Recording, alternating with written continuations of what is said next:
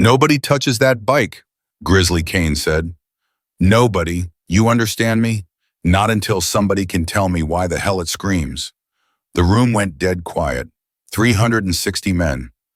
Not one answer. That machine cost $2.5 million, and it hadn't run for more than 17 seconds without sounding like something was sawing inside it. 73 mechanics had walked away defeated. And now everything, the ride the Brotherhood 11 years of planning, was on the line. If you're watching this right now, hit subscribe and follow this story all the way to the end. Drop your city in the comments. I want to see how far this thing travels. The Black Seraph had been sitting under a canvas tarp for 6 days when Grizzly Kane finally pulled the cover off himself. He didn't ask anyone to do it, didn't announce it. He just walked into the main bay at 7 in the morning, grabbed the edge of that tarp with both hands and yanked. The canvas hit the floor like a body dropping. And there it was, $2.56 million of custom-built motorcycle matte black. From fender to frame, chrome catches on the exhaust that cost more than most men in that compound made in a year. The Black Seraph was the most beautiful thing most of those men had ever seen. It was also the most humiliating, because it didn't work. Grizzly stood there with his arms crossed and his jaw tight and stared at it the way a man stares at something that has beaten him. He was 58 years old, built like a man who had spent those years doing hard things with his hands. Gray beard down to his collarbone. Eyes the color of old iron. President of the Hells Angels Iron River chapter for 22 years, and he had never not once walked away from a problem he couldn't solve. Until this one. "How many?" he said without turning around. Dex's road captain was leaning against the door frame with a coffee that had gone cold an hour ago. 73. 73 mechanics. Yes, sir. And not one of them figured it out. Dex didn't answer. That was answer enough. Grizzly walked around the bike slowly, not touching it, just looking. The Black Seraph had been commissioned 3 years ago for the chapter's great ride, a cross-country run that had been in the planning since before some of these boys had their patches. 360 riders, coast to coast, every dollar raised going to veterans' families. It was supposed to be the moment this chapter wrote itself into history. The Black Seraph was supposed to lead that ride. Instead, it sat here, silent and useless and perfect looking, which somehow made everything worse. Grizzly stopped at the rear of the bike. He crouched down and looked at the exhaust, looked at the frame joint near the left side panel. Stood back up. "Run it," he said. "Grizzly." "I said run it, Dex." Dex walked over, threw a leg over the bike like he was handling something dangerous because he was, and turned the key. The engine caught immediately. That was always the cruel part. The Black Seraph started beautifully. It idled smooth as a river. The sound it made in those first seconds was everything a bike should be, deep and low and powerful. The kind of vibration that settled in your chest and made you feel like you were somewhere important. Then the 17 seconds ran out. The sound changed. There was no other way to describe it except to say that the machine screamed. A high, tearing wail that cut through every other sound in that compound and made 3 men outside put their hands over their ears. The engine didn't sputter. It didn't knock. It simply produced that awful sound for roughly 3 seconds and then shut itself off completely. Dead silence. Dex sat on the bike with his hands still on the grips. He didn't say anything. Grizzly stood very still. Then he walked out of the bay without a word. The men gave him space for about 4 minutes. Then Rook found him. Rook was 26th youngest full patch in the chapter and the only one with enough nerve or enough youth to follow Grizzly when he was like this. He caught up to him near the fence line on the west end of the compound. "I've got somebody," Rook said. Grizzly kept walking. "I don't want to hear it." "I know you don't, but you're going to want to hear this one." "Rook, I have had electricians. I've had engine specialists. I've had a man who worked on fighter jet turbines for 12 years. I've had..." He's 19. That stopped Grizzly. He turned around slowly and looked at Rook the way a man looks at someone who has just said something either very brave or very stupid. "He's 19 years old," Grizzly repeated. "Yes, sir. And you think I should let a 19-year-old boy touch a $2.5 million motorcycle?" Rook held his ground. That said something. He says he knows what's wrong with it, didn't hesitate, didn't ask to look at it first. I told him what it was doing, and he just nodded and said he knew. Every man who came through here said he knew. He said his father built it. The compound's sounds seemed to drop away. Wind. Somewhere a radio. The distant bark of someone's dog on the other side of the fence. Grizzly stood very still. Say that again, he said. He said his father built it. Said his name was Eli Cole. Eli Cole. The name hadn't been spoken in this compound in 11 years. There were men here who had been instructed firmly and clearly never to say it. Not because Grizzly had given that order explicitly, but because everyone knew. The way you know which floorboard not to step on in an old house. You just learn. Eli Cole had built the Black Seraph. He was the only man in the country who could have. He had spent 4 years designing it, sourcing the components, fabricating what couldn't be sourced, building something that didn't have a category yet. He was a genius with metal and engines in the way that some men are just born knowing how things work at a molecular level. He didn't explain his process. He just built, and then he disappeared. Not walked away, not quit, disappeared. 11 years ago, 3 months before the Great Ride was supposed to happen the first time, the bike had been delivered. The route had been planned, and then Eli Cole was simply gone. No note, no call, nothing. The ride had been postponed, and then postponed again. And eventually the chapter had put the bike in storage and tried to pretend none of it had happened. But the Great Ride never died. Grizzly wouldn't let it die. So every year he'd bring the bike out, bring in another mechanic, try to understand what had gone wrong with the machine. Every year the bike screamed at 17 seconds. Every year the mechanic went home defeated. And now a boy was standing outside the gate claiming to be Eli Cole's son. Grizzly walked back to the main bay. Rook had to almost jog to keep up. Where is he? Grizzly said. East Gate. How'd he get here? Bus far as I can tell, he's got a backpack. No tools, no car. No tools. No, sir. Grizzly pushed through the door to the bay and didn't stop walking until he was through the compound and out the east gate. He stood there and looked at the boy leaning against the fence post. Evan Cole was 19 years old and he looked it. Lean, young face, hair so blonde it was almost white falling across his forehead in a way that said he cut it himself. He was wearing jeans and a gray long-sleeve shirt with a small rip near the left cuff. His boots were old, but they were clean. He had a backpack over one shoulder. He wasn't nervous. That was the first thing Grizzly noticed. Most people standing in front of Grizzly Kane got nervous. This boy just looked at him directly the way someone looks at a person they've been preparing to meet for a long time. You're Grizzly Kane, the boy said, and you're claiming to be Eli Cole's kid. Not claiming, I am. Grizzly studied him. Eli Cole didn't have a son, not that anybody here knew about.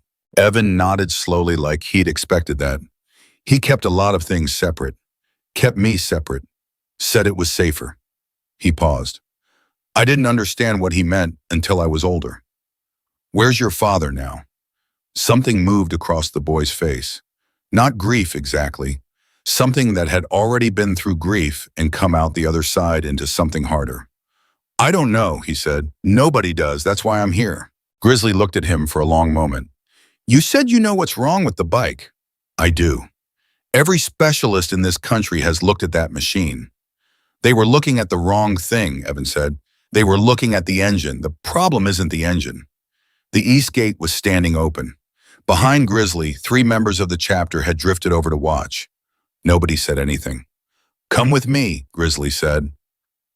He walked Evan into the bay and stopped 6 feet from the bike and watched the boy's face. Evan looked at the Black Seraph the way you'd look at something you'd only ever seen in photographs, with a kind of recognition that had distance in it. He walked toward it slowly and stopped about 2 feet away. He didn't touch it yet. He just looked. His eyes moved over the frame down to the left panel across the exhaust, routing up to the handlebars back down again. He told me about this bike, Evan said quietly. Not to anyone in particular. He described it to me, every part of it. He crouched down and looked at the frame near the lower left junction. He called it his best work. It doesn't work, Dex said from the doorway. It works fine, Evan said. It's doing exactly what it was designed to do. The bay went very quiet. Grizzly took 1 step closer. What did you just say? Evan stood up and looked at him. The bike isn't broken, Mr. Kane. Someone made it behave this way on purpose. My father made it behave this way on purpose. Nobody spoke. That 17-second shutdown isn't a malfunction, Evan said. It's a lock. That word landed in the bay like something thrown through a window. Dex pushed off the door frame. Two of the men who had followed them in took an unconscious step forward. Grizzly didn't move at all, but his eyes sharpened in a way that made the air feel different. A lock, Grizzly said. Yes, sir. My mechanic, my genius mechanic, who I paid $3 million to build this machine, built a lock into it. He built a message into it, Evan said. Amen. He said it steadily without apology. The lock was just to make sure the message didn't get missed. To make sure someone who knew what to look for would eventually have to come find it. Someone like you. Someone like me. Grizzly walked right up to the bike. He put both hands on the tank and looked down at the machine that had been the source of more frustration and cost than anything in 22 years of running this chapter.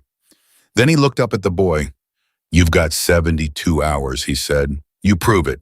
You show me what's in this bike, and you fix it so it runs. If you can't, you walk out of here the same way you walked in. Evan nodded. He seemed to be fine with that. One more thing, Grizzly said. You work in this bay. You don't leave without telling someone. You don't make calls without me knowing. You don't talk to anyone outside this compound about anything you see or hear in here. Are we clear? Clear, Evan said. Grizzly looked at him for another few seconds. Then he nodded once and walked out. Dex was the first one to say what everyone was thinking. You believe him. He caught up to Grizzly halfway across the compound. I believe he's not afraid, Grizzly said. That's something that sees. He's a kid. Yeah, Grizzly didn't slow down. So was his father when he first walked in here. That stopped Dex cold. Grizzly kept walking. 2 hours. By noon, word had spread through the compound the way word always did, faster than it had any right to. 360 men didn't all live on site, but enough were in and out that by early afternoon, half the chapter knew there was a boy in the bay claiming to be Eli Cole's son, claiming the bike had been built wrong on purpose, claiming he could fix it. Opinions split hard and fast. Manny Reyes, who'd been with the chapter for 30 years and had known Eli personally, stood outside the bay door with his coffee and said nothing for a long time. Then he said, Eli never talked about a kid. Never once, Torres. Men keep things, said Torres, standing next to him. Not that kind of thing. What kind of thing? Torres looked at him. The kind he wanted to protect. Manny chewed on that, didn't answer. Inside the bay, Evan had set his backpack down near the far wall and begun his examination of the bike without tools. He went over every surface with his hands, slowly, methodically, like he was reading it. His fingers stopped at certain points and pressed not hard, just with purpose. He went over the frame twice, then the lower panels. Then he got under the bike on his back and stayed there for a while. Rook had been told to stay in the bay and watch him, not to interfere, just watch. He sat on a crate near the door and watched, and every few minutes he thought about saying something and then didn't. Finally, Evan rolled out from under the bike and sat up. I need a flashlight, he said. Rook got him one. Evan went back under. A minute passed, then 2, then from under the bike. There it is. Rook leaned forward. What is it? Evan rolled out. He sat up, and there was something different in his face now. Not shock, something more complicated than shock, like confirmation of something he'd both hoped for and dreaded. I need to talk to Grizzly, he said. He found Grizzly in the back office with Dex and 2 other senior members. Evan walked in without being invited, which was the kind of thing that could go badly in that room, but the look on his face told Rook, who was hovering in the doorway, that the boy had correctly calculated that this was more important than protocol. Grizzly looked up. Already? I found something, Evan said. I haven't touched it yet. I needed you to know first. Grizzly put down what he was holding and stood up. Show me. Back in the bay, Evan crouched near the left lower frame member and pointed. To Grizzly's eye, there was nothing there except the smooth curve of the tube and the paint over it. But Evan pointed to a spot about 8 inches from the junction and said, Feel that? Grizzly crouched and ran his thumb along the area Evan indicated. And there, barely but real, was a seam. A join that was almost invisible but wasn't quite right. Not a weld that had been done in fabrication. Something else. That's been opened and sealed, Evan said. I'd bet my life on it. It's been done to at least 3 sections of the main frame. And I think there's something inside. Inside the frame? Yes, sir. Grizzly stood up very slowly. He looked at Dex. Dex's face said he didn't know what to do with this information either. That's holochromaly steel, Dex said. Standard frame construction. There's nothing inside. There's something inside this one, Evan said. I can hear it. He looked at Grizzly. When I was under there and I tapped the frame, the sound was wrong in those sections. There's something in there that shouldn't be. The bay was very quiet. Grizzly looked at the bike for a long time. Then he looked at Evan. You're telling me your father hid something inside the frame of a $2.5 million custom motorcycle? Yes, sir. And then built the bike to malfunction so that whoever tried to ride it would have to tear it down far enough to find it. That's what I think, yes. Another silence. Or, Dex said carefully, someone else put something inside the frame after your father disappeared. The suggestion landed in the room with weight. Evan's jaw tightened slightly. He heard it. He understood what it meant. I thought about that, Evan said, but the seams are original work. I can tell by the finish. Whoever sealed these sections, they used the same technique my father used everywhere else on this bike. Same tools, same hand. He paused. Nobody else worked on this frame. My father told me he was the only one who touched the frame. Grizzly looked at him. Your father told you a lot. He prepared me, Evan said, and there was something raw underneath those 2 words that he kept controlled, but not completely. He prepared me for this. I didn't understand what he was doing when he was doing it. I thought he was teaching me. But everything he showed me, every lesson, every time he sat me down and went over this bike, from memory, he was getting me ready to come here. The room felt different after that. Grizzly walked to the door of the bay. He stood there with his back to the room for a moment, looking out at the compound. Then he said, "Don't touch those seams yet. Don't touch anything. I need to make some calls." He walked out. I know. By 4 that afternoon, the atmosphere in the compound had shifted in a way that was hard to name, but easy to feel. Men drifted toward the main bay and then drifted away again. Conversations that started loud went quiet when Grizzly walked past. The usual rhythm of an afternoon at the compound, work and noise, and the comfortable friction of men who knew each other well had been replaced by something more careful, more watchful. Rook noticed it. He'd been around long enough to know what it meant when the temperature changed like that. It meant something real was happening. It meant information was moving through the chapter in ways that not everyone was supposed to track. He went back to the bay. Evan was still there. He'd been in there for hours now, and he'd gotten to a stillness that Rook recognized from men 3 times his age. The kind of stillness that comes not from having nothing to do, but from having too much to think about. "You hungry?" Rook asked. Evan looked up. "Yeah, actually." Rook went and got him a sandwich from the kitchen and a water and brought them back. Evan ate like someone who hadn't thought about eating it all day and was now making up for it. "How long have you been traveling?" Rook asked. 3 days, Evan said. He took a long drink of water. "Took me a while to track down where the bike was." "You didn't know it was here." "I knew the chapter. Didn't know the compound location. Had to work for it." Rook thought about that. A 19-year-old kid, no car, no real resources by the look of it, tracking down the location of a private Hells Angels compound through whatever means he had available. That wasn't a casual undertaking. "Your dad," Rook said carefully, "he really prepared you for this specific thing." "Yeah," Evan looked at the bike. "Yeah, he did." "When did you last see him?" A pause.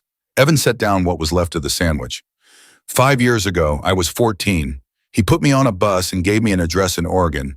Said a woman named Ruth would take care of me. Said he'd come get me when it was safe." He stopped. He never came. Rook didn't know what to say to that, so he didn't say anything, which turned out to be the right choice. "I stayed with Ruth for 3 years, Evan continued. She was good to me. But when I was 17, I started following the trail. My dad had left me things. Not obvious things, coded things. Instructions that only made sense if you already knew what he'd been building." He gestured at the Black Seraph. "This bike is the end of that trail." Rook leaned forward. "What do you think is inside it?" Evan looked at him. His eyes were very blue and very direct. The truth about something, he said. That's all I know. My father believed the truth about something needed to be preserved, needed to survive even if he didn't. The compound sounds came through the bay walls, distant voices, someone running a power tool somewhere. The ordinary sounds of a chapter compound going through its afternoon. Rook sat back and looked at the black seraph gleaming and silent and apparently full of secrets. Then I guess he said, "We better find out what it is." Grizzly made 3 calls that evening. Nobody in the compound knew who he called. Nobody asked. That was one of the unwritten rules of Iron River. You learned to read Grizzly's face for information because his mouth only gave you what he decided you needed. What his face gave them that night was nothing, which meant something was wrong. Dex found out later, secondhand through channels he didn't share, that one of those calls had gone to a man named Harlan Beck, a retired FBI evidence technician who'd done work for the chapter before the legal kind, the kind where a man with expertise looks at something and tells you what it is without filing any paperwork.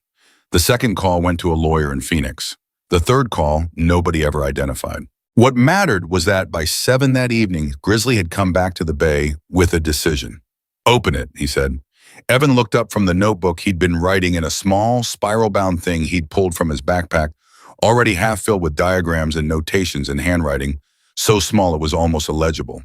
Tonight, Grizzly said, "but we do it right. You tell me what tools you need. Rook gets them. You don't use anything that could damage what's inside. I'll need a Dremel with a cutting disc fine gauge, a heat gun, needle nose pliers, the long kind, and good lighting." "Rook," Grizzly said it without turning around. Rook was already moving. They had the tools assembled within 20 minutes. By then, 6 of the chapter's senior members had quietly positioned themselves around the bay. Not crowding, just present. Grizzly stood 3 feet to Evan's left. Dex stood against the wall with his arms crossed and his eyes on the boy's hands. Evan crouched beside the frame and didn't rush. He held the heat gun to the first sealed section for 45 seconds, careful and even softening whatever compound had been used to seal the joint. Then he set the heat gun down and picked up the Dremel. The sound of it cutting was thin and precise in the quiet bay. A minute of work, maybe 90 seconds. And then he set the Dremel down and used the tip of the needle nose pliers to gently work the section free. It came away clean. Inside the frame, tube visible now in the beam of the work light, was a roll of paper sealed inside a clear tube, the kind used for moisture-sensitive documents. And alongside it, something else. A second object, cylindrical, roughly 4 inches long, wrapped in a layer of electrical tape. Nobody spoke. Evan reached in carefully and withdrew both objects. He handed them to Grizzly without opening either one. Grizzly took them. He looked at the sealed tube with the paper inside. Then he looked at Evan. "There are 2 more sections," he said. "Yes, sir, I'd open all 3 before we look at any of it. Whatever he put in here, he put it here as a complete set." Grizzly handed the objects to Dex. "Hold these." Dex took them like they were made of glass. The second section took longer. The compound had been applied more heavily there, and Evan worked with a patience that was remarkable in someone his age, slow passes with the heat gun, waiting, testing, never forcing. When the section finally came free, there were 2 more document tubes inside, and what looked like a small USB drive sealed in a waterproof case. By the time they opened the third section, the bay had gone so quiet that Rook could hear his own heartbeat. The third section held another document tube and a folded piece of paper that hadn't been sealed in anything, just folded 4 times and wedged into the tube bare, like it had been added in a hurry or added last.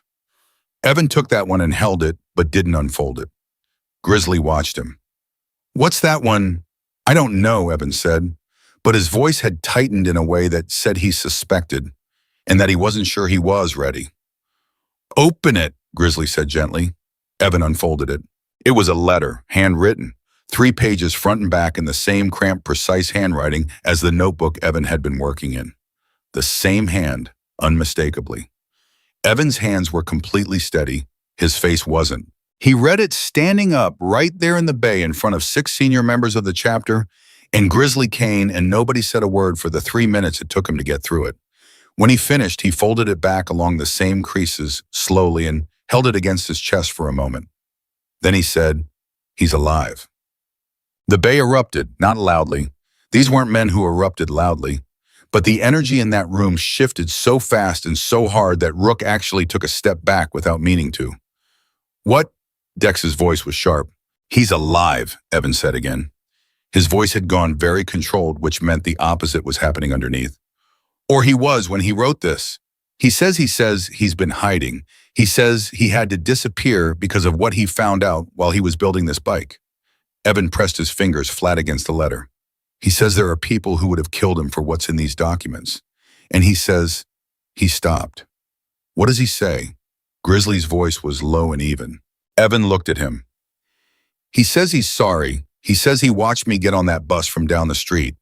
He says he stood there until the bus turned the corner. Evan's jaw was tight.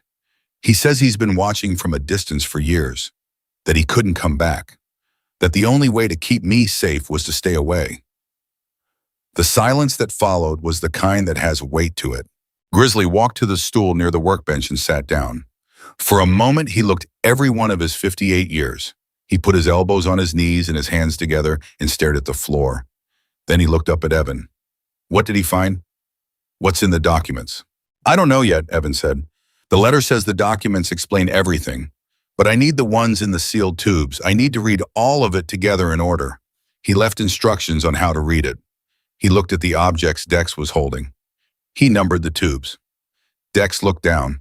On each tube, faint but readable, a small number had been scratched into the cap, 1 through 4. Then let's read them, Grizzly said. They moved to the meeting room. Grizzly, Dex, Evan, and 2 senior members, Manny Reyes and a man named Cross, who'd been with the chapter since the early days and who had known Eli Cole personally. Rook was told to stay outside the door. He did, but he stayed close. The documents were meticulous. Eli Cole had been many things, a mechanical genius, a man who'd hidden a son from the world. But what the papers revealed was something none of them had expected. He'd also been quietly and carefully an investigator. The first tube contained 11 pages of technical documentation. Schematics test data procurement records for the Black Seraph's components going back to the original commission. Grizzly spread them on the table, and Cross went through them, methodically turning pages without comment. The second tube contained something different. Photographs, printed on high-quality paper, clearly digital originals that had been printed and sealed for preservation. Surveillance photographs, the kind taken at distance with a long lens, men in conversations, documents being exchanged, vehicles with partial plate numbers noted in handwriting at the bottom of each print. Grizzly looked at them one by one and his expression didn't change, but his breathing did. Do you know who these people are? Evan asked. Grizzly didn't answer immediately. He looked at Cross. Cross looked at the photographs and his mouth compressed into a thin line. Some of them, Cross said finally, some of them are connected to this chapter, Evan pressed. Cross looked at Grizzly. Grizzly gave him nothing either direction. Cross looked back at Evan. One of them might be, he said. The third tube was where it broke open. Financial records, bank transfers documented meticulously in Eli's handwriting, with account numbers partially obscured, but enough identifiers present to be traceable by someone who knew what they were doing. And with the financial records, a written account 6 pages in Eli's hand, detailing what he had uncovered while sourcing parts for the Black Seraph. 3 years of building a $2.5 million custom motorcycle had required Eli to move in circles he wouldn't otherwise have accessed. Suppliers, fabricators, men who dealt in rare materials. And somewhere in those circles, he'd stumbled onto something that had nothing to do with motorcycles. Money moving through a shell company that was laundering funds for a land development deal. A deal that had broken a federal regulation so specific and so buried that most people would never have found it. A deal that had cost one man everything, a man named Tommy Maddox. Grizzly put the page down. He was very still. Tommy Maddox, Dex said from the corner. He said it like the name had teeth. You knew him, Evan said. We all knew him. Dex looked at Grizzly. He was a member of this chapter. He died 11 years ago. Evan had gone very alert. How accident, Dex said. Out on Route 9, single vehicle, he went off the road. His brother blamed your father, Grizzly said. He was looking at the financial records now, not at Evan. Vince Maddox, he was certain that Eli had sold Tommy out somehow, that Eli had been connected to the deal that destroyed Tommy's business, cost him everything, drove him to Grizzly stopped. Vince blamed your father for the accident. Evan looked at the papers on the table. My father says differently. I can see that. Grizzly picked up the 6-page account and read the critical section again. His lips barely moved. Then he set it down. According to this, he said slowly, the deal that ruined Tommy Maddox wasn't connected to Eli at all. Eli found out about it after the fact while sourcing materials. He traced the money because he had to, because the shell company was one of his suppliers, and he needed to know if he was touching something dirty.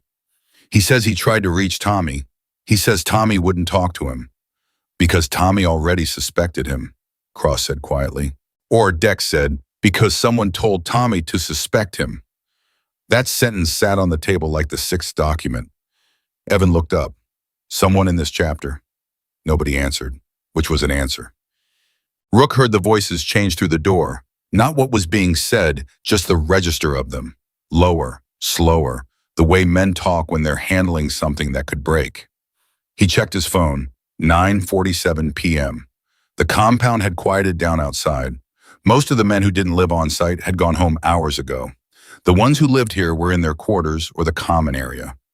Normal night, nothing unusual, except for what was happening in that room. He leaned against this wall and thought about what Evan had said earlier. He's alive, or he was when he wrote this. A man who had disappeared 11 years ago, who had let his 14-year-old son get on a bus and hadn't come back, who had packed documents into the frame of a motorcycle and built in a 17-second lock to make sure no one could ignore the problem. That was a man who was terrified of something. And that something Rook was increasingly certain was inside this compound right now. The door opened. Grizzly came out first. He looked at Rook and said, "Get Hatch." Hatch was the chapter's internal security man, former military, quiet and competent in the way that people who've seen real violence tend to become. Rook went without asking why. Inside, Evan was looking at the 4th tube, which they hadn't opened yet. "What's in the last one?" Cross asked. "Names," Evan said. He hadn't opened it, but something in his face said he already half knew. "My father said in the letter that the 4th tube has a list of names, people connected to the land deal, people who had reason to want it buried." He paused. "He also said one of those names would be someone inside this chapter. Someone who's been here the whole time." Dex straightened up from the wall. "Open it." Evan opened the 4th tube. There were 2 pages inside. The first page was a list of names with brief notations beside each. Roles, connections, dates. The second page was a single name, written alone in the center of the page, underlined twice. Evan read both pages. Then he set them face down on the table. "Well," Dex said. Evan looked at Grizzly. "Do you want to know now? Or do you want Hatch here first?" Grizzly held his gaze for a moment. Then he reached across the table and turned the second page over. He read the name. His face didn't move, but his right hand flat on the table slowly closed into a fist. "Get Hatch," he said again, quieter this time, to no one in particular. Dex saw the name from where he was standing, his jaw locked. He looked at Grizzly. Cross didn't look. He seemed to already know he didn't want to. Hatch arrived 4 minutes later with Rook behind him. Grizzly handed him the 2 pages without explanation and watched him read them. Hatch read fast. When he finished, he looked up. "How solid is this?" "The documentation in the other tubes supports it," Grizzly said. "It's not airtight without forensic verification, but it's solid enough." Hatch nodded once. "Then we have a timing problem." "Explain." "If whoever this is finds out we've opened the frame, finds out what's in these documents." Hatch looked at the papers in his hand. "They have every reason to move fast, destroy what they can, get out." Or, he didn't finish the sentence. He didn't have to. Grizzly stood up. "Where is he right now, tonight?" Hatch said a name, the same name that was on that page. Grizzly said, "Find out." "Ma'am." Evan sat alone in his meeting room after the others filed out. The letter from his father was still in his hand. He'd been holding it since he read it. He hadn't put it down. He read it again now, not the parts about the documents, the parts before that. His father had written about the day he'd put Evan on the bus. Eli Cole had been a man who used technical language for everything. He described mechanical processes in prose the way other men describe music. But this letter was different. The language in it was stripped bare. Simple sentences. Direct. "I watched until the bus turned the corner. I went back every week for a year to check on you, but I never let myself get close enough to be seen. I know that might not be something you can forgive. I'm not asking you to. I'm asking you to finish what I couldn't. Evan folded the letter back along its creases. Rook came back in and sat down across from him. He didn't say anything for a moment. Then you okay? I've been okay for 5 years, Evan said. I know how to be okay. That's not the same as okay. Evan almost smiled. No, it's not. He looked at the bike visible through the open bay door. He built it for me, he said. The whole thing, the lock, the documents, the trail he left me. He built me a way in. He needed me to be old enough first, to be able to do something with it.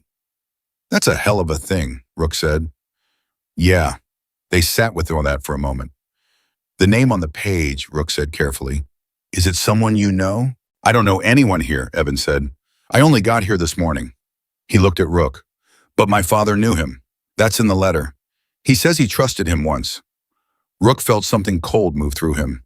He says that's the worst part, Evan said. Not that it happened, but that the man he trusted to help protect the chapter was the one feeding information to the outside, has been for years. Evan put the letter in his backpack carefully. My father says by the time he figured it out, it was too late. The only option he had was to disappear and leave the evidence behind in a form that would survive. Rook looked toward the bay door. Outside, the compound was quiet. Men moving around. Normal sounds. One of them wasn't what he appeared. And somewhere out there, that man was still walking around, not knowing that 11 years of buried truth had just come out of a motorcycle frame. Rook got up. I need to tell Grizzly something. What? That whoever it is, they might already know we opened the bike tonight. He moved toward the door. Word moves fast in a compound this size, and if they've been here as long as your father says, he stopped at the door frame. They've had years to learn how information travels in this place. He left. Evan sat alone. The bay light was still on. The black seraph sat there in the quiet, patient, and gleaming, stripped of 3 of its secrets, and still holding one more, the cylindrical object from the first section that nobody had opened yet. The one wrapped in electrical tape. Evan reached into his backpack and pulled out his notebook. He turned to a fresh page. At the top, he wrote a single line. He built the lock so the truth would wait. Now it doesn't have to wait anymore. He sat back and looked at the bike and thought about a man who'd stood on a street corner and watched a bus carry his son away and then walked back into the dark alone. The compound settled around him. Somewhere a door closed. Somewhere a voice said something low and brief. The ordinary sounds of men who trusted each other, who had built something together over years. One of them was a lie, and tomorrow that lie was going to come apart. Rook found Grizzly at the east end of the compound, standing next to Hatch. Both of them speaking in the low, flat tones that meant decisions were being made. The compound has ears, Rook said, coming straight at them without slowing down. If whoever it is has been inside this chapter long enough to do what Eli's documents say, they know how information moves here. They might already know we opened the bike. Grizzly looked at him. I know. Then we have a window that's closing. I know that too. Grizzly looked at Hatch. How long to confirm his location? Already confirmed, Hatch said. He's on site, has been since 6. That meant he'd been here when they opened the frame, which meant if he had any kind of read on the compound's atmosphere, and a man who'd survived this long as a mole absolutely did, he knew something had changed tonight. He just didn't know yet what they'd found. That gap between what he suspected and what he knew was the only advantage they had. We don't move tonight, Grizzly said. We let him think it's still contained. We let him think we found mechanical components. Nothing more. Rook frowned. And if he runs, Hatch will know the moment he tries. Grizzly's voice was flat, final. Go back to the bay. Stay with the boy. Don't let anyone near that bike who doesn't have my direct clearance. Rook went. The cylindrical object from the first section was still sitting on the workbench where Dex had left it, wrapped in electrical tape 4 inches long, unremarkable looking. Evan had been staring at it on and off for the better part of an hour. When Rook came back in, Evan nodded at it. Nobody's opened that one. Grizzly wants everything held until morning. I know. Evan paused. But that one's different from the documents. Rook looked at it. How do you know? Because my father put it in the first section. Not the last. Not buried under everything else. The first thing someone would find. He picked it up carefully. He put the most important thing where it would be found first. The documents needed context, that's why he numbered them. But this, he turned it in his hands. This needed to survive on its own, independent of everything else, in case the documents got lost or destroyed. Rook sat down on the crate. What do you think it is? A recording, Evan said. I think it's a recording. He set it back down. My father was careful about everything, but he was also practical. Documents can be disputed. Photographs can be dismissed. A voice, the right voice, saying the right things, that's harder to walk away from. They looked at it together. Rook said, Grizzly said morning. Yeah, neither of them touched it. Morning came in hard and gray. By 6:30, the compound had the particular energy of a place where most people don't know something is wrong, but enough people do that the air carries it. Coffee was made. Men came and went, normal rhythms. But something underneath them had changed, and the men who'd been in that meeting room last night were doing the work of keeping their faces neutral. That takes real effort. Grizzly called the full senior council at 7. 8 men around the table in the meeting room, the documents spread out in front of them, now organized and labeled the way Hatch had done it during the night. Evan was there because Grizzly had decided he should be. The boy sat at the far end of the table and didn't speak unless addressed. Grizzly laid it out clean and fast. What they'd found in the frame, what the documents said, what the photographs showed, the financial records and what they traced to, the name on the last page. He said the name out loud. The room reacted the way rooms react when something impossible turns out to be true. Not loudly. The loudest reactions are usually to things people can dismiss. This was quiet, which meant it landed. Manny Reyes put both hands flat on the table and stared at the wood grain. Cross said a single profanity under his breath. 2 of the other men exchanged a look that said they were calculating backward through years of shared history, trying to figure out what had been real and what hadn't. How long? One of them said. A man named Garrett, who'd been a member for 14 years. The documents suggest at least 9 years, Hatch said, possibly longer. 9 years, Garrett said it slowly. He's been in the room for 9 years. He's been in this room, Cross said, this exact room. That landed harder. Grizzly let it sit for exactly as long as it needed to. Then he moved forward. The question isn't how long, the question is what we do with what we have. He looked at Hatch. Is it enough? For us, yes. Hatch straightened the financial records. For a federal case, we'd need the recording if there is one, and we'd need someone to authenticate the documents. Harlan Beck, Grizzly said. He's already on his way. Gets here at noon. Grizzly nodded, then he looked at Evan. The cylinder. Evan reached into his jacket pocket and set it on the table. He'd been carrying it since Rook had finally let him pick it up an hour ago. Grizzly picked it up, turned it over. Looked at Hatch. You know what this is? If the boy's right, it's a digital recorder, micro format. The tape's just protection. Hatch took it carefully and began unwrapping the electrical tape from one end. He worked slowly. The tape came off in a single long spiral. Underneath was a black plastic casing smooth about the diameter of a finger. At one end, a small port. At the other, a single button. Hatch set it on the table and looked at Grizzly. Play it, Grizzly said. Hatch pressed the button. Static. 3 seconds of static. Then a voice, not Eli Cole's voice, a different voice. Older, rougher, the voice of a man who spoke with the assumption that people listened to him. Confident in the way that people are confident when they don't know they're being recorded. The recording was a conversation. 2 men. The second voice was quieter, harder to make out at first, but it became clearer as the recording went on. And about 90 seconds in, the second man said something that made Manny Reyes stand up from his chair. Because the second voice belonged to the man whose name was on that last page. The conversation was 11 years old. The date was embedded in the audio file as metadata, which Hatch confirmed on a laptop 30 seconds after they had heard enough. The date was 3 weeks before Tommy Maddox died on Route 9. In the recording, the 2 men discussed a problem. The problem was Tommy Maddox. Tommy had found out about the land deal. Tommy was talking about going to federal regulators. Tommy was, in the words of the first voice, a liability that needed to be managed. The second voice, the man in this chapter, the man who'd been sitting in this compound for 9 years, said 7 words that made the room go completely airless. He said, I'll make sure Tommy's not a problem. Nobody moved for a long time after Hatch stopped the recording. Evan sat at the far end of the table with his hands in his lap and his face very still. He'd known this was coming. His father's letter had prepared him for most of it, but hearing it, the actual voice, the actual words, the casual, brutal economy of 7 words that had preceded a man's death, that was different from reading about it. Manny Reyes was still standing. His hands were on the table and his knuckles had gone white. Tommy Maddox didn't go off that road by accident, Cross said. He said it the way you say something you've been afraid to believe for a long time and have now been given permission to say out loud. Some of us thought. He stopped. Vince spent 11 years blaming Eli for his brother's death. Vince Maddox, Grizzly said. The name came out of him slowly like it cost something. He's been carrying that for 11 years. Built his hole, he stopped, started again. He directed that grief at Eli because someone pointed him there. Someone who needed a target, Hatch said. Someone who needed the suspicion going anywhere except toward him.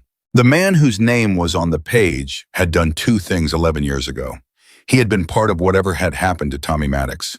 And then he had ensured that the grief and the rage of Tommy's brother landed on Eli Cole, the one man who had actually known the truth, the one man who needed to be discredited and driven away before he could say anything. It had worked. Eli had disappeared. Vince Maddox had spent 11 years hating a ghost. And the man with 9 years of compound history had continued sitting in meeting rooms exactly like this one. Grizzly stood up. Where is he right now? Common area, Hatch said, checking his phone. Been there for 20 minutes. Does he know about the recording? He can't know what's on it. He doesn't know what we found. Keep it that way until Beck gets here. Grizzly looked around the table. Nobody in this room talks to him. Nobody changes how they act around him. We treat this morning like every other morning. Understood. 8 heads nodded. Grizzly looked at Evan last. The boy was young and he'd been handed a weight last night that would have bent older men double. But he was sitting straight. You did what your father asked, Grizzly said. Now let us do our part, Shy. The man's name was Cord Waverly. He'd been a member of Iron River for 12 years. Before that, 2 other chapters. A history that looked clean from the outside: work, loyalty, a reputation for solving problems quietly. He was 53 years old and he had a way of listening in meetings that made you feel like he was the most attentive man in the room. Rook thought about all of that as he poured his coffee at 7:55 and watched Cord sit at the common area table with 3 other men laughing at something one of them had said. A real laugh. Easy. Unforced. Rook looked away before Cord could catch his eyes. He was not a man who showed things on his face easily, came from a family where that wasn't encouraged, but right now, looking at Cord Waverly laugh at a joke 3 hours after learning what was on that recording, Rook was having to work for neutral. His phone buzzed. Grizzly, 1-word status. Rook typed back, stable. Common area. Relaxed. 3 dots. Then Beck lands at 11:40. Keep watch. Rook put the phone in his pocket and kept his coffee cup up near his face because it gave him something to do with his hands. Evan spent the morning in the bay. Grizzly had told him to stay visible, not to hide, not to look like he was hiding anything, and to keep working on the bike. The legitimacy of what he was doing mattered. If Cord Waverly was watching the story, had to hold a young mechanic working on the Black Seraph. Nothing more. So Evan worked. He'd identified the titanium inserts during the night, 3 sections of the frame that had been retrofitted with tubes designed to generate a specific resonant frequency under engine vibration. It was extraordinary engineering, brutal in its elegance. The inserts sat perfectly inert until the engine reached a specific RPM threshold at roughly the 12-second mark, at which point they began vibrating at a frequency that fed back into the engine management system and triggered an emergency shutdown. His father had built a 17-second timer into the soul of the machine, using physics, using resonance, using the bike's own systems against itself. To remove the inserts without damaging the frame, Evan needed to reverse the process that had sealed them in heat precision patience. He began at 8:15 with a heat gun and a set of custom extractors he'd fashioned from materials in the base toolbox. Not ideal instruments, but workable. He was 40 minutes into the first extraction when he heard boots behind him. Not Rook's boots. Rook wore steel toes that hit the concrete with a particular weight. These were different. Lighter. more deliberate. Evan kept his hands on the work and didn't turn around. "That's a hell of a machine," the voice said. Evan recognized it immediately. He'd heard it less than 3 hours ago on a recording saying 7 words about a man who was now dead. Cord Waverly. Evan set the extractor down carefully. He turned around. Cord was standing about 8 feet away with his hands in his jacket pockets and an expression of mild professional interest on his face. He was a big man, not as big as Grizzly, but the kind of big that had purpose behind it. Gray at the temples, eyes that were doing more work than the rest of his face. "Yeah," Evan said, "it is. You're the Cole kid." Van Cole. Cord nodded slowly. "Your dad built this thing." "He did. Hell of a craftsman." Cord tilted his head slightly, looking at the frame where Evan was working. "You find the problem." Evan looked at him, read him, made a decision in about 1 second. "Getting there," he said. "Frame issue, resonance problem, takes time to work out." Cord's eyes moved over the frame, over the 3 sections that had been opened and resealed. His expression didn't change, but something behind it did, something very small and very fast, like a card being pulled from a deck. He'd seen the work marks. He knew. "Smart kid," Cord said, "coming all the way out here for this." "It's my father's bike," Evan said. "I didn't have a choice." Cord looked at him for a moment longer than felt comfortable. Then he smiled, and it was a good smile, well practiced, and said, "Well, good luck with it," and walked out. Evan waited until the footsteps faded. Then he picked up his phone and texted Rook a single word. "Now." Rook showed the text to Grizzly. "Buzz beam on Sawa Yarnar tree." Grizzly read it, looked at Hatch, and said, "Move the timeline up. Beck needs to be operational the moment he lands. Get him on the phone." Hatch was already dialing. "And find Cord," Grizzly said. "Don't approach him. Don't let him know he's being watched. But I want eyes on him every minute from now until Beck authenticates those documents."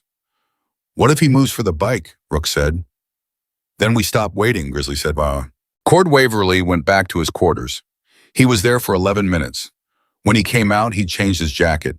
Hatch's man outside noted it and flagged it because the day wasn't cold enough to warrant a heavier jacket. The heavier jacket had pockets large enough for a hard drive or a stack of papers, or as Hatch noted when he passed the information to Grizzly, a weapon. Grizzly didn't change his expression. "Where's he going?" "Toward the motor pool." "Head him off," casually. Dex intercepted Cord near the motor pool with the kind of easy manufactured casualness that you only develop from years of managing difficult situations inside a brotherhood, where confrontation has to look like conversation. He stopped Cord with a question about a parts order.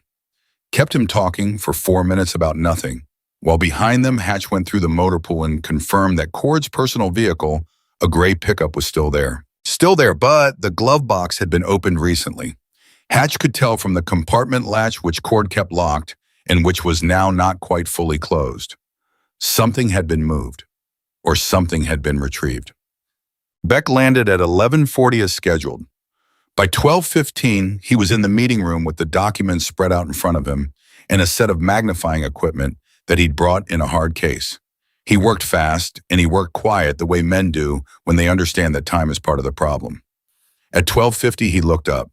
"The financial records are legitimate," he said. "The provenance is consistent with the materials, the paper stock, the ink, the aging on the documents. These weren't manufactured recently." He looked at Grizzly. "These are 11 years old, give or take." The recording cone, Hatch had connected the recorder to his laptop. Beck listened to the playback twice with headphones. When he took them off, his face was careful. "The metadata is consistent with the device's firmware version from 11 years ago, he said. "The audio signatures are unedited. No compression artifacts that would suggest post-processing manipulation." He paused. "What you have here is the real thing." The room exhaled. Then Hatch's phone buzzed. He read it. His face changed. "Cord's heading toward the bay," he said. Evan was still working when he heard the boots again. He didn't turn around this time either. He kept the heat gun moving in slow, even passes across the frame and listened. The boots stopped, closer than before. "How much do you know?" Cord said. No pretense this time. No easy smile. Evan set the heat gun down and stood up and turned around. Cord was 7 feet away, and the heavier jacket was open now, and one hand was at his side in a way that wasn't relaxed. Evan looked at that hand and looked at Cord's face and said, "Enough. Enough to do what? Enough to know what my father found." Evan kept his voice level. "Enough to know what happened to Tommy Maddox." Cord's jaw tightened. "Your father was a man who stuck his nose into things that weren't his business." "He built this bike," Evan said. "Everything in it was his business. The documents—" Cord stopped. He was calculating something. Evan could see it happening. The man was smart, had always been smart, and he was running the math on what Evan knew versus what he could still contain. "Those documents don't tell the whole story." "The recording does," Evan said. Everything stopped. Cord's hand moved, and the bay doors opened from the other side, and Grizzly Kane walked in, followed by Hatch and Rook and two other men. Not running, not loud, just walking with the steady, deliberate weight of men who have already decided what happens next. Cord looked at them, looked at Evan, looked back at Grizzly. Grizzly stopped 10 feet away. His hands were at his sides. His voice was completely flat. "Step away from the boy," he said. Cord stood very still for a moment, a man calculating, running the last of the math. And then the calculation finished. His hand dropped. His shoulders changed. Something that had been held rigid for 11 years just released. Not surrender exactly. More like a man who has been carrying something for too long and has finally put it down because he no longer has a choice. He stepped back, away from Evan, away from the bike. 12 years, Grizzly said. He said it quietly, like it genuinely hurt. 12 years in this chapter. Cord said nothing. "You sat at my table," Grizzly said. "You ate in my house. You stood at Tommy Maddox's funeral and watched his brother grieve, and you knew." Grizzly stopped. His voice had gotten very quiet, the quietest it had been all day. "You knew what you'd done." Cord looked at him, and for just a moment, something real crossed his face. Not guilt, something more complicated. "It wasn't supposed to go that far," he said. "But it did," Grizzly said. Cord closed his eyes briefly. "Open them." "It did." Hatch moved to his left. One of the other men moved to his right. Cord didn't resist. He put his hands up slightly, not dramatically, just enough, and let it happen. Rook stood near Evan, and for a moment neither of them spoke. Then Evan looked at the Black Seraph. At the frame partially worked on the first extraction, nearly complete. At the machine his father had spent 4 years building and 11 years using as a vault. "I need 2 more hours," Evan said, "to finish the extraction, to get it running clean." Rook looked at him. "Right now, after all that," Evan picked up the heat gun. "Right now," he said. "The ride's been waiting long enough." Cord Waverly was walked to the chapter's secure room, a reinforced space off the east corridor that most members knew existed and hoped they'd never see the inside of without a word from anyone.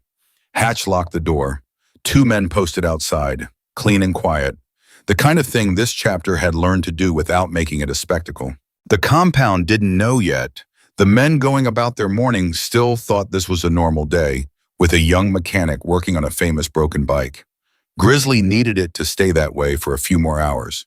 Needed the information contained until Beck had finished his authentication report and Grizzly had made the calls that needed to be made. Some of those calls were going to be the hardest of his career. One of them was going to Vince Maddox. He put that one off, not from cowardice. Grizzly Kane had not been a coward a single day of his adult life, but because what you say to a man who has spent 11 years grieving in the wrong direction requires more than a phone and a few minutes.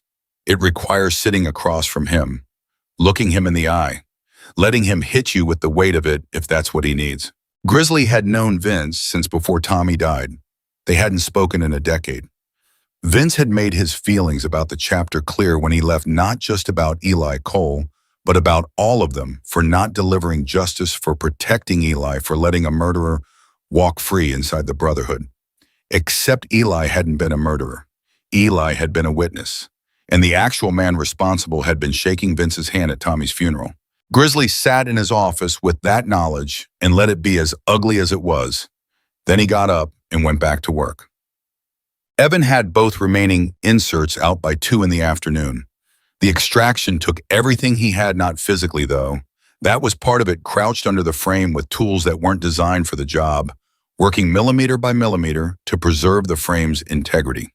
What it took more than anything was concentration. The kind you can only maintain when you shut everything else out. When you stop thinking about recordings and documents and men with hard eyes and heavy jackets and just let your hands do what they've been trained to do. His father had trained them. That was the thing Evan kept coming back to. Every hour Eli had spent teaching him evenings in a rented garage, weekends, with grease on both their hands. Eli explaining not just what to do, but why the metal behaved the way it behaved, why resonance worked the way it worked, why you always heat before you force. All of it had been preparation for this specific moment. When the third and final insert came free, Evan held it in his hand for a moment. A tube of titanium about 6 inches long, beautifully machined. If you didn't know what it was for, you'd admire it. Precision work the kind his father did as easily as breathing. He set it on the workbench next to the other two. Rook was watching from the door. He'd barely left all morning. "That's it," he said. "That's it." Evan straightened up. His back hurt. "The frame's clean now. The resonance source is gone." He looked at the bike. "When I started, it should run past 17 seconds without any issue." "Should," Rook said. "Should," Evan agreed. He wasn't going to lie about uncertainty. There's always something you don't anticipate, but the inserts were the problem. "I'm certain of that." Rook nodded. He was quiet for a moment. "How are you doing?" Evan set the extractor down on the workbench and looked at his hands. They were steady. They were always steady when he was working. It was when he stopped that things got harder. "Ask me again after I started," he said, Mom. Grizzly had Beck's written authentication report by 2:30. 3 pages signed with Beck's professional credentials attached. It wasn't a court document. It would need to go through proper channels for that. But it was enough to hand to the right people and have it taken seriously. Enough to start the process that would take what Eli Cole had preserved inside a motorcycle frame and turn it into something that could finish what he'd started. He handed it to Dex. "Get this copied 4 times. Keep the original in the safe." "Who are we sending it to?" Grizzly gave him 2 names. One was a federal contact the chapter had used before, a man who operated in the space between law enforcement and the kind of organizations that didn't answer to local authorities. The second was a lawyer, not the one in Phoenix, a different one, older, who'd spent 30 years doing the kind of work that mattered. Dex took the report and went. Grizzly called Manny Reyes into his office. Manny came in and sat down without being asked and folded his hands on his knees and waited the way a man waits when he knows a hard thing is coming. "I'm going to Vince Maddox today," Grizzly said. "I need someone with me." Manny didn't hesitate. "I'll drive." "You understand what this conversation is?" "It's the worst conversation either of us has ever had," Manny said, "and it still needs to happen." He looked at Grizzly directly. "Vince has been wrong for 11 years. That's not his fault, but he needs to know. He deserves to know. He's going to want to know why it took this long. Then we tell him exactly why." Manny's voice was steady. "Because the man who actually knew spent 11 years hiding the truth inside a motorcycle and sending it out of reach until his son was old enough to come find it." He paused. "That's the truth. We tell him the truth." Grizzly nodded once. "Give me an hour, Tab." That hour was when everything shifted inside the compound. Not because of anything dramatic, because information travels the way water does, finding every crack and gap, moving along paths you don't even know exist until they're wet. By 3 o'clock, the senior members who'd been in that morning's meeting had kept the essential facts contained, but the edges had started to soften. Men who'd noticed Cord's absence asked questions. Men who'd seen Hatch's team moving with unusual purpose started putting things together. By 3:15, the common area had gone quieter than normal for a Thursday afternoon. By 3:30, Garrett came to find Rook. "Cord's in the secure room," Garrett said, not a question. Rook looked at him. "Talk to Grizzly." "I'm talking to you. Is he in the secure room?" Rook held Garrett's gaze. "Yes." Garrett absorbed that. He was a 14-year member. He'd known Cord for 12 of those years, worked alongside him, trusted him in the field. His face went through something complicated in about 3 seconds. Then it came out the other side into something harder and quieter. "Okay," Garrett said, "just that. Okay," and he walked away. That was how it moved, not in announcements, in single words, in men sitting with things they couldn't change and deciding to hold themselves together anyway. By 4 o'clock, enough of the full patch members on site understood the general shape of what had happened, that the compound had reorganized itself around the fact without being told to. The men who'd known Tommy Maddox best, the older members, The ones who'd been there 11 years ago were the ones who took it hardest and showed it least. Manny had been right about Vince Maddox, but the grief wasn't only Vince's. These men had carried their own version of it. Loss of a brother, confusion about how and why, anger at Eli that had been convenient to sustain because the alternative that the real answer was worse and closer was too heavy to look at directly. Now they were looking at it. Grizzly left the compound at 3:45 with Manny driving. They went south on the interstate for 40 minutes and then east on a county road through the kind of landscape that doesn't change much year to year. Vince Maddox had a property out here, had moved there after his brother died, after he left the chapters, after he decided that being around people who reminded him of what he'd lost was more than he could sustain. Vince was 56 years old. He'd been a big man once, still was physically, but the kind of big that has stopped being maintained and has become something else, weight that comes from stillness rather than strength. He was in the yard when they pulled up, and he didn't move when he saw who was in the vehicle. He watched them get out. "Grizzly Kane," he said. His voice was even. Whatever he felt about seeing Grizzly here after 10 years of silence, it was locked down deep. "Manny." "Vince," Grizzly said. They stood in the yard for a moment. Three men who'd shared history, getting their bearings around each other. "You didn't call first," Vince said. "I needed to do this in person." Vince read his face. Whatever he saw there made him step back slightly. Not in fear, in the involuntary physical response to the presence of something significant. "Come inside," he said. Grizzly took 40 minutes to tell it. He didn't rush. He laid it out the way you'd lay out something fragile, carefully, with attention to where the weight needed to be distributed so nothing broke prematurely. He told Vince about Evan arriving, about the bike, about the frame, about what they'd found inside.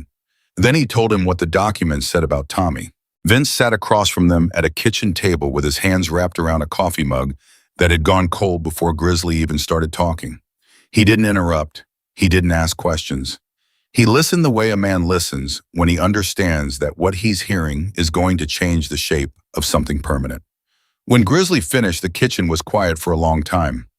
"Tommy wasn't involved in the land deal," Vince said finally. "No. He found out about it." "Yes. And he was going to report it. That's what the documents indicate." Vince set the coffee mug down. He looked at the table. When he looked up, his eyes were wet, but his face was rigid. "I spent 11 years believing Eli Cole got my brother killed." "I know. I told people that. I went to his son." Vince stopped. Grizzly waited. "Eli had a son," Vince said slowly. "The boy who came to you. Effin, he's 19. I went to find Eli 3 years after Tommy died. I tracked him for months. I found a woman named Ruth in Oregon. I didn't know it then, but I know now that must have been where the boy was." Vince's voice had gone very controlled, the way voices go when the alternative is coming apart. "I told her if she ever found Eli Cole, she should tell him that Vince Maddox was going to make things right, that I was going to find him if it took the rest of my life." He paused. "I meant it as a threat." The kitchen held that. "The boy was there when you went," Grizzly said. Vince closed his eyes. I didn't know there was a boy." He opened his eyes. "How old was he?" "Would have been 14, 15. Vince put his hands over his face. He didn't make a sound. His shoulders moved once. Then he put his hands down and looked at the table with the expression of a man who has just understood the full diameter of a damage he participated in without knowing it. "He heard me say that," Vince said. "Probably," Grizzly said quietly. "A 15-year-old kid heard me threaten his father's life." "Vince. And his father was already gone." Vince's voice broke on the last word. Not dramatically, just fractured at the edge the way old wood does. "He was already gone, and I was out there making it worse for the one person who—" He stopped, pressed his lips together hard. Manny reached across the table and put his hand on Vince's arm. Vince didn't pull away. He sat there with Manny's hand on his arm and breathed through it. "The man who's actually responsible," he said after a long moment. His voice had come back to something level. "Where is he?" "Secure room at the compound." "What happens to him?" "We're handing what we have to federal contacts tonight.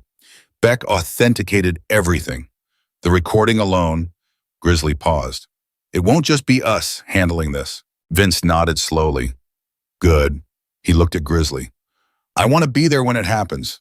When he faces it formally, I want to look at him. I'll make sure of it. Another silence. Outside, wind moved through whatever was in the yard. The kitchen was warm and close and heavy with 11 years of misplaced grief redistributing itself into its correct shape. Eli's son, Vince said. Evan, what about him? I want to, Vince stopped, started again. I need to talk to him. Not today. When it's right, I need him to know that I didn't, he ran a hand over his face, that if I'd known there was a child, I never would have. I'll tell him, Grizzly said. Don't tell him. Let me tell him. Vince looked at Grizzly directly. Whatever Eli's son did to bring this forward, whatever it cost him to come to your compound alone at 19 with nothing but a backpack and his father's lessons, he deserves to hear this from me directly. Not secondhand, from me. Grizzly held his gaze. All right. They drove back to the compound as the late afternoon light went flat and gray. Manny drove without talking, which was the right instinct.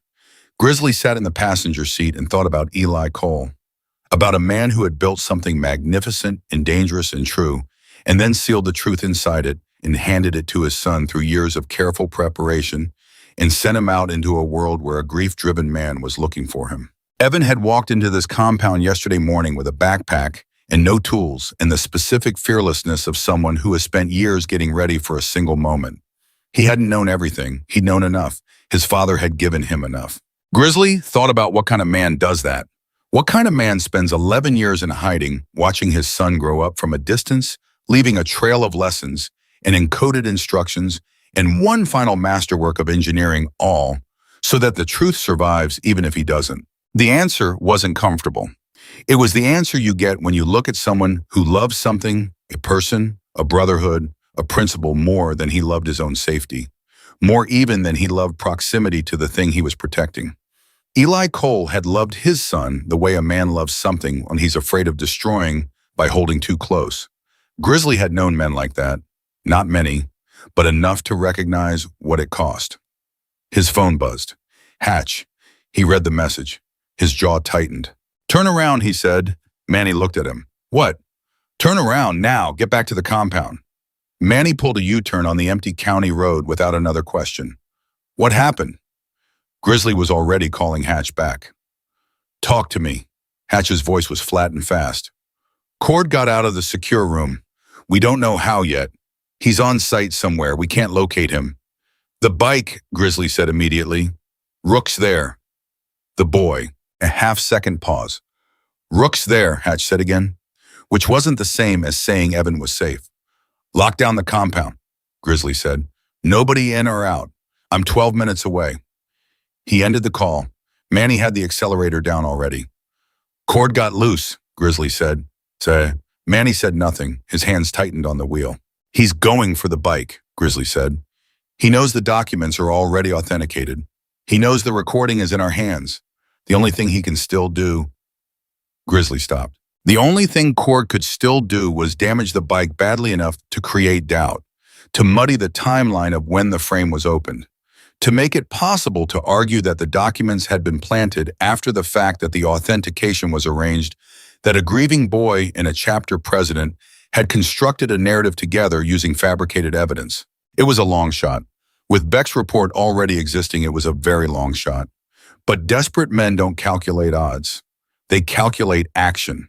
And a desperate man with 12 years of compound knowledge knew every corner of that space, knew which walls were thin, knew which rooms shared ventilation, knew things about that secure room that the men who'd put him in it didn't know he knew. Manny pushed the truck to 90 on the county road. 11 minutes out, Grizzly stared at his phone and willed it not to ring with news he couldn't handle. It didn't ring. That was either good or it was the specific silence that precedes something bad. He didn't know which yet. 12 years, he kept thinking. 12 years of trust. 12 years of that man sitting in meeting rooms, eating at the chapter table, shaking hands at funerals and rallies and brotherhood events. 12 years of looking Grizzly in the eye and giving him nothing to doubt. The road unrolled ahead of them, gray and empty and fast. 8 minutes. Grizzly's phone buzzed. Rook.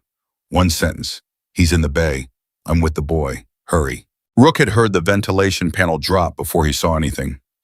He'd been standing near the bay door with his eyes on Evan, who was doing a final check on the frame joints, running his fingers along each section he'd worked on pressing, testing the way a surgeon checks a closure before leaving the table.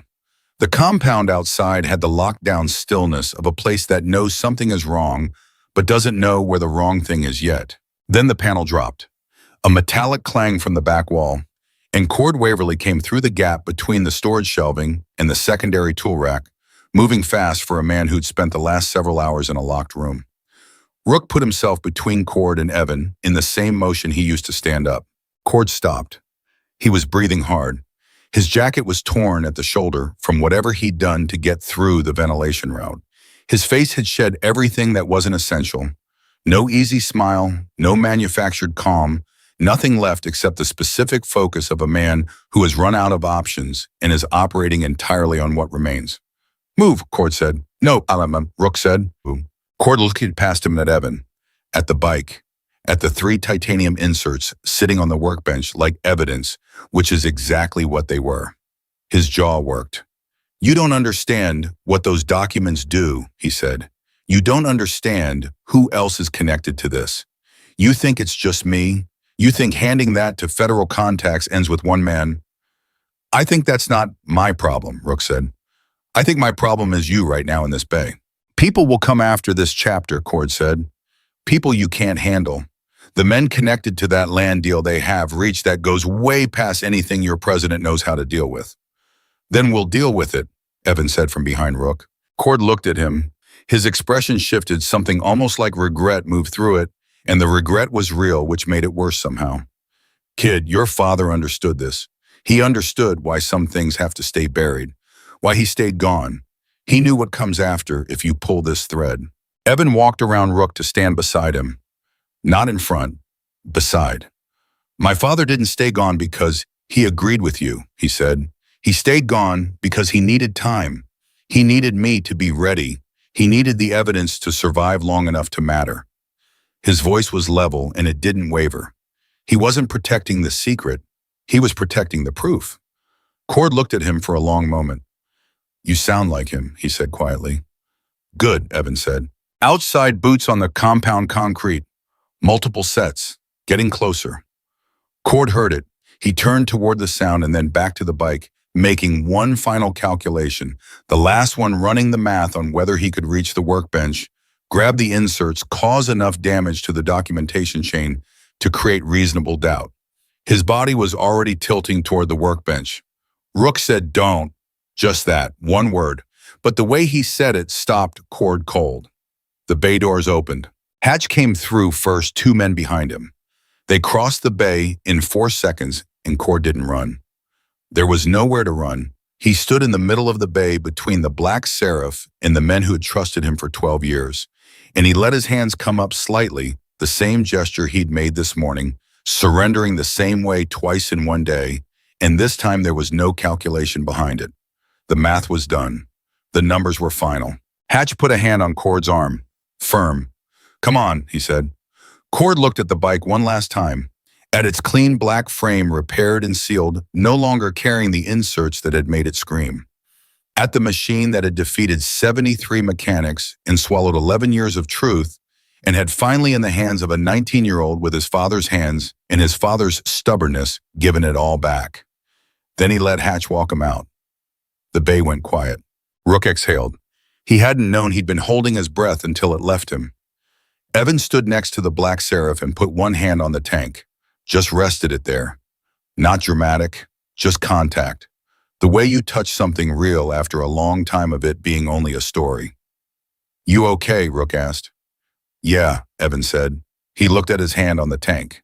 "Yeah, I am."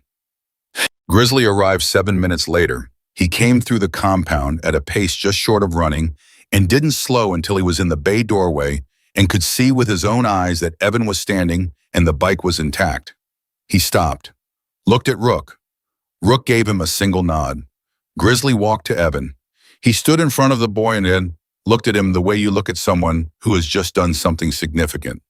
"Hatch told me what happened," he said. "It wasn't much," Evan said. "Rook handled it.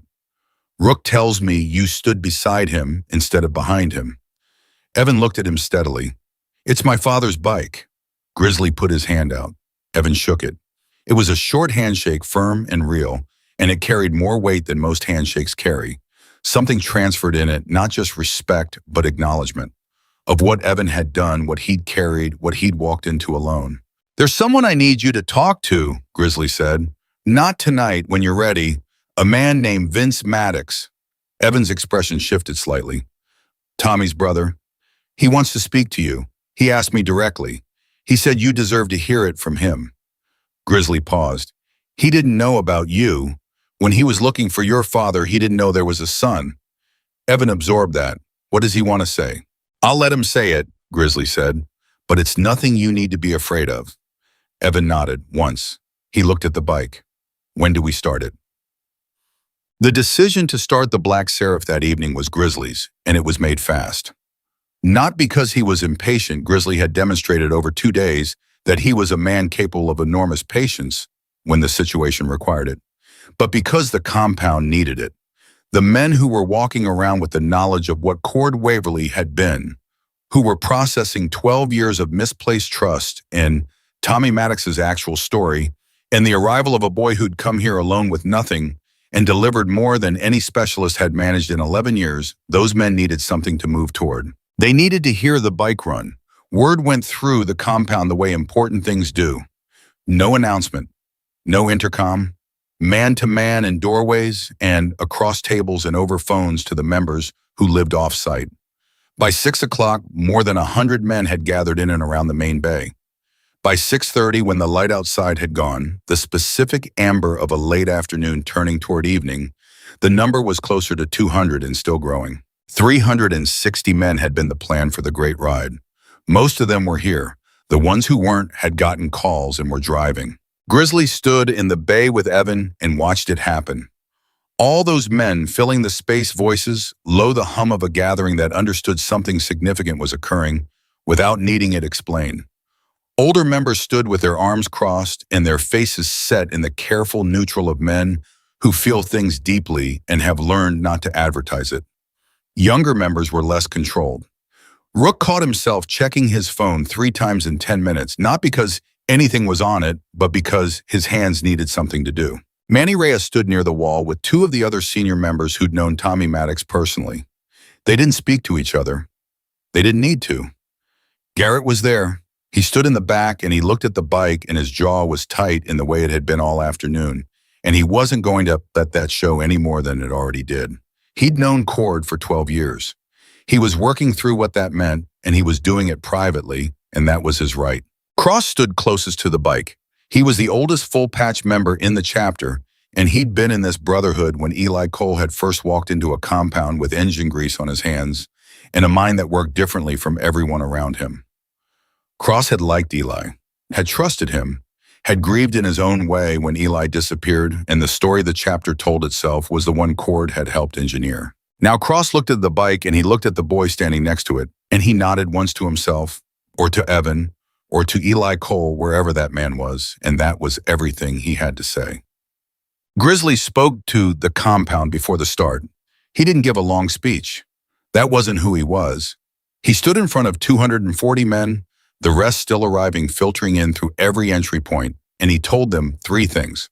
He told them that the Black Seraph had been fixed by Eli Cole's son, who'd come here alone and done what 73 specialists couldn't, because he'd been prepared for this specific moment his entire life. He told them that the truth about Tommy Maddox had been found inside the bike's frame, preserved there for 11 years, and that the man responsible for what had happened to Tommy had been removed from their brotherhood and would face consequences that went beyond anything this chapter alone could deliver.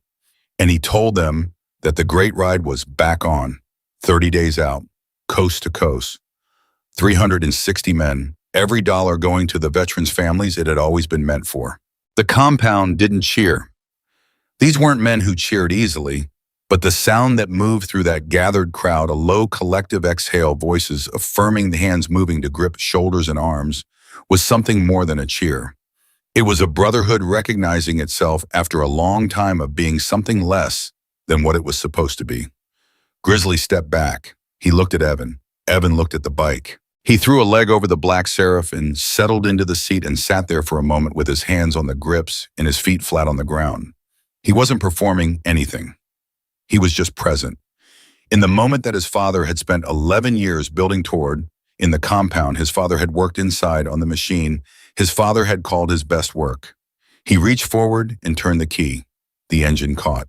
Damn. The sound it made in those first seconds was everything a motorcycle should be.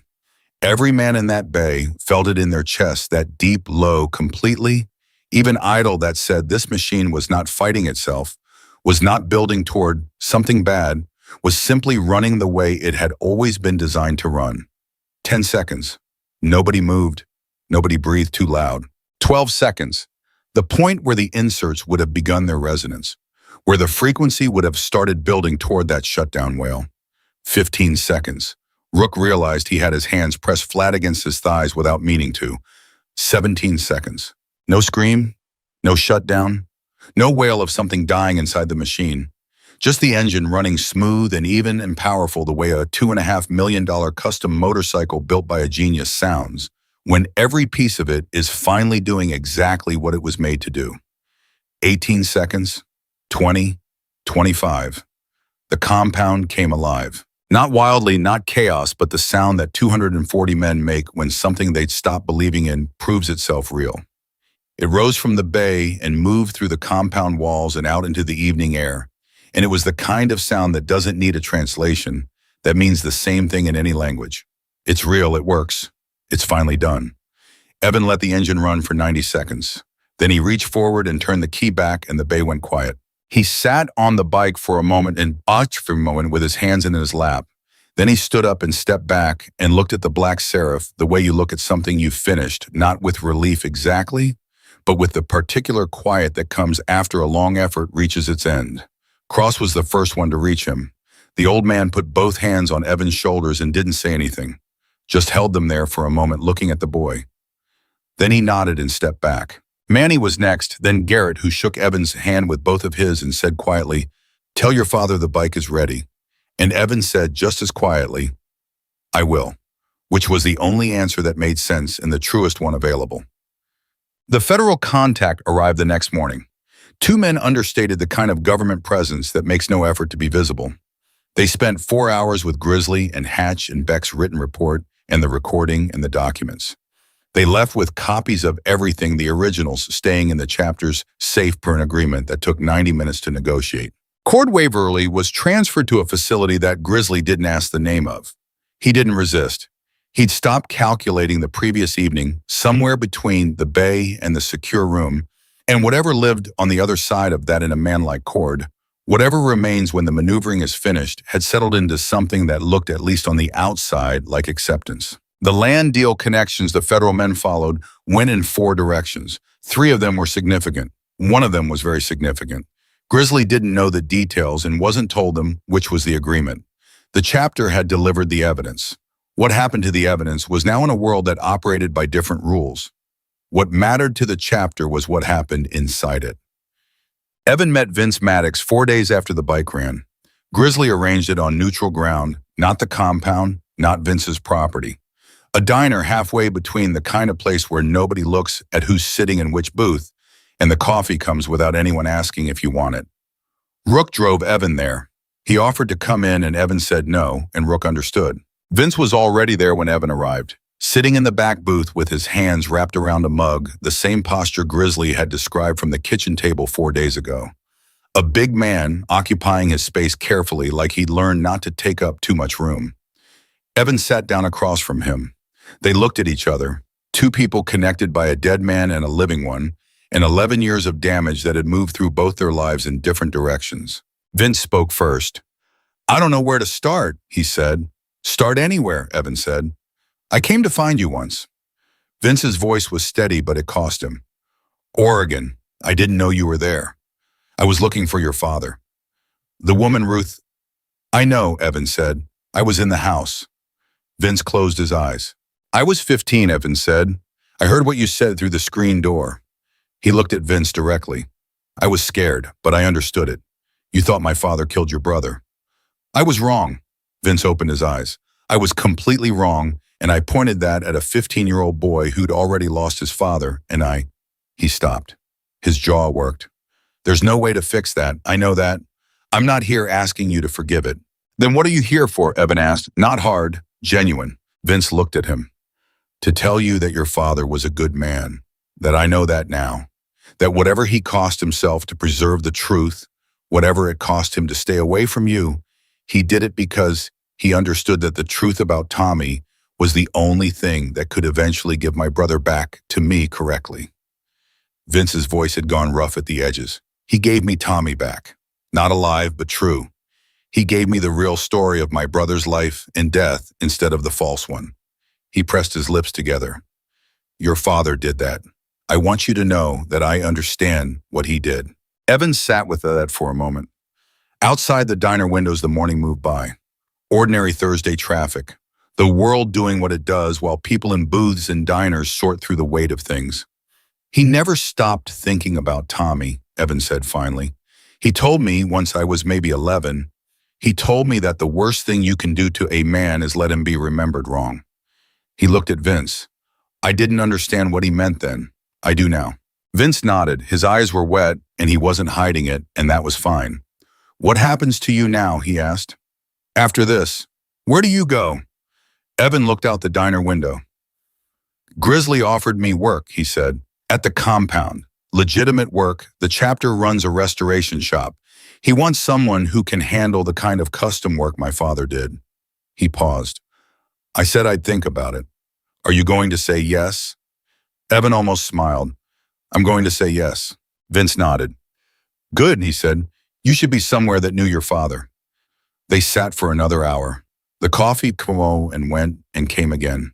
They talked about Tommy, the real Tommy, the man Vince had grown up with, stories that had nothing to do with land deals or Route 9 or any of the machinery of what had destroyed him. And they talked about Eli, the memories Evan had from before the bus, the evenings in garages, the lessons about metal and heat, and why things work the way they work. When they finally stood to leave, Vince put his hand out. Evan shook it. If your father ever comes back, Vince said, I'd like to meet him. If he comes back, Evan said, I'll bring him to you myself. The great ride left on a Saturday morning, 31 days after Evan Cole had walked through the East Gate with a backpack and no tools. 360 men, the full chapter, every patch, every road mile of experience those men carried between them.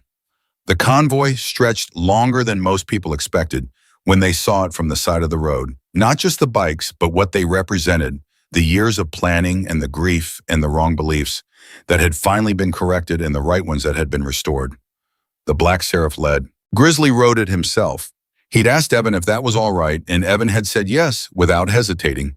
His father had built it for this chapter, for this ride for the men it was supposed to carry across the country towards something that mattered. It was exactly where it belonged. Evan rode behind him on a bike the chapter had given him.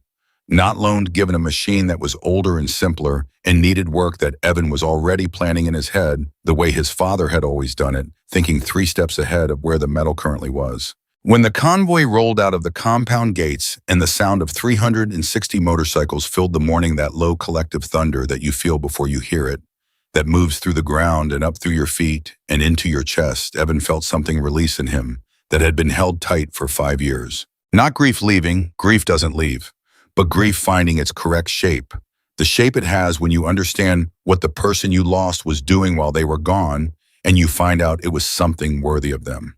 His father had built a lock so the truth would wait. The truth had waited 11 years.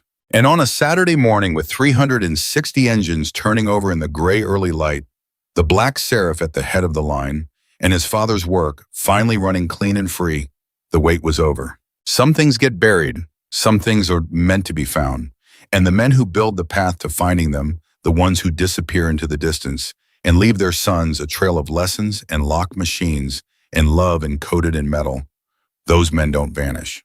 They wait the way truth waits in the bones of what they've built. The Black Seraph rolled through the gate, and the convoy followed, and the road opened up ahead of them, long and straight and full of miles, and every single one of those miles had been paid for in full.